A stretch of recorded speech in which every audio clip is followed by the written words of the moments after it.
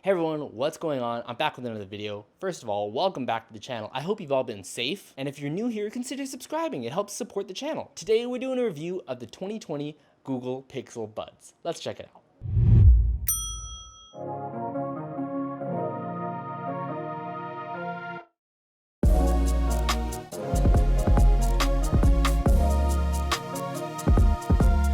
Last year, Google released the original Google Pixel Buds. Our first pair of premium wireless headphones. They're called Google Pixel Buds. It was an interesting concept with some really cool features, but there was just something about it that didn't really interest me. It could have been the cable between each of the earbuds, or the soft clamshell case that you use to wrap up the earbuds, or the little bit of cable that you'd stick into the upper part of your ear to help it fit and adjust in your ear. Yeah, you know what?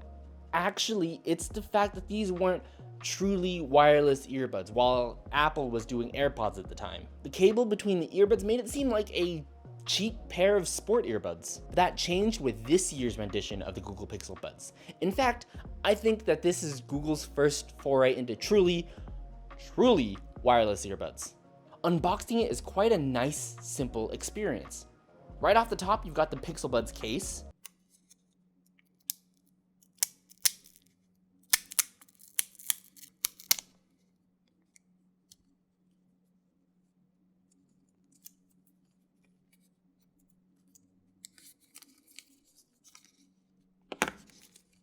Underneath that, you've got the different ear tips in large and small, with medium already attached to the earbuds. You've got a USB-C to USB-A cable to charge the buds and the case. And of course, paperwork, which includes the setup instructions. Pairing is fairly simple with Pixel Phone, even with my original Pixel XL. You turn on your phone's Bluetooth, open the case, and press and hold the button for a few seconds until it flashes. Then a notification should pop up showing you how to set it up. Simply follow those instructions. The last thing you gotta do is download the Google Pixel Buds app.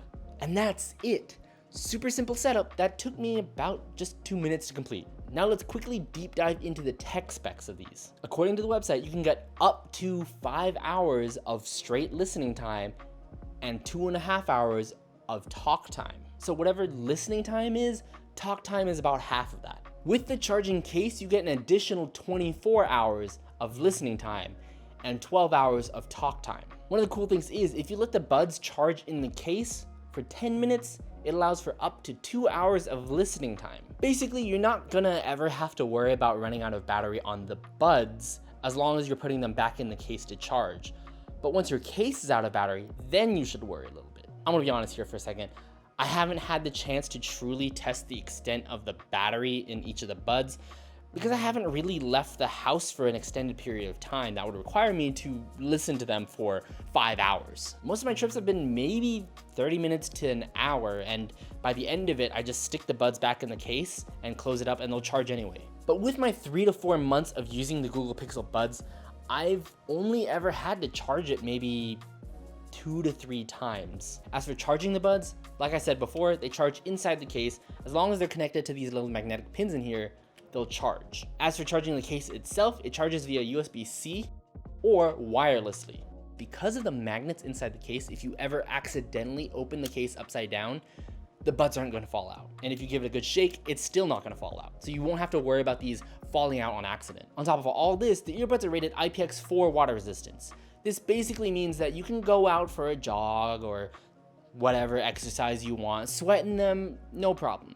But I would not recommend wearing these in a pool. But if you ever are out and about exercising, you'll be glad to know you don't have to reach down to your phone to control your music, because these things come with touch controls. You can swipe forward to raise the volume, swipe backwards to lower the volume, tap to play or pause, double tap to skip track, triple tap to repeat a track, and of course, this is a Google product after all, so it does have Google Assistant integration.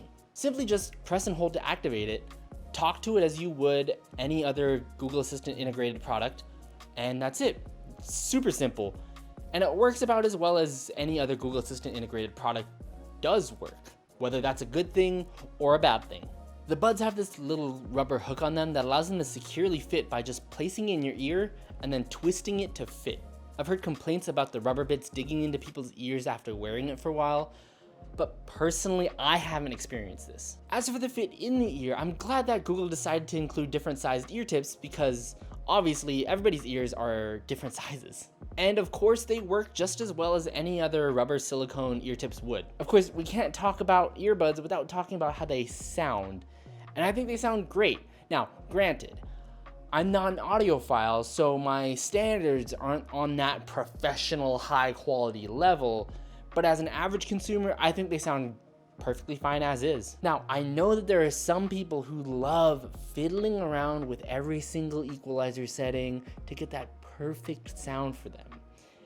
But unfortunately, the Pixel Buds app does not have an equalizer. But after months of waiting, they finally added a bass boost toggle in firmware update 550. This simple toggle allows you to add more bass to your audio if you're someone that enjoys having bass in their audio. Now again, it's not a full-fledged equalizer by any means, but to an average consumer like me who doesn't know too much about all these little things, it's a nice start. Maybe they can add an equalizer in the future, who knows? This is how the Google Pixel Buds microphone sounds. Granted, I'm in an ideal environment. The AC is on in the next room. I'm just in a regular living room, bedroom, office area here. So this is just how it sounds. However, I haven't had the chance to test it to something like, say, AirPods, because I don't have AirPods to compare it to. I'm gonna let you ultimately make the judgment call on whether you think it's good or not. I think they sound fine, but let me know down in the comments below how this microphone sounds. The buds connect to your phone via Bluetooth 5.0, and they have a decent range. I can basically just leave my phone on my desk, go around and take care of other stuff around the house without too many issues. But when I really try to push it and go to the other end of the house, like literally up against the wall, that's when it starts to cut out a little bit. But again, that's really when I try to push its limit. My main issue with the connectivity is that sometimes the left earbud just won't even connect at all. It's happened to me 2 to 3 times, the first of which happened on the first day, where I would take out both buds and it would only recognize the right bud on my phone.